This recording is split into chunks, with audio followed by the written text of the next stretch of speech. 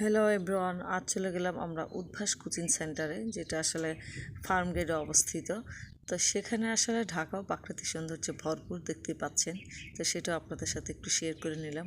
আসলে আমরা farm gate থেকে কাছে, যেহেতু একদম হাঁটতে হাঁটতে চলে গেলাম ইন্দিরা রোড থেকে, যেহেতু কাছে।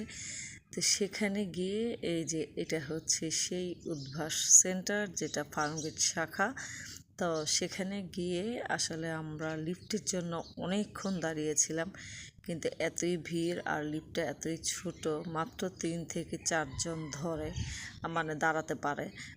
এজন্য আসলে অবশেষে আমরা তারপরে দাঁড়িয়েছিলাম, যেহেতু একদম 8 তলায় উঠতে হবে।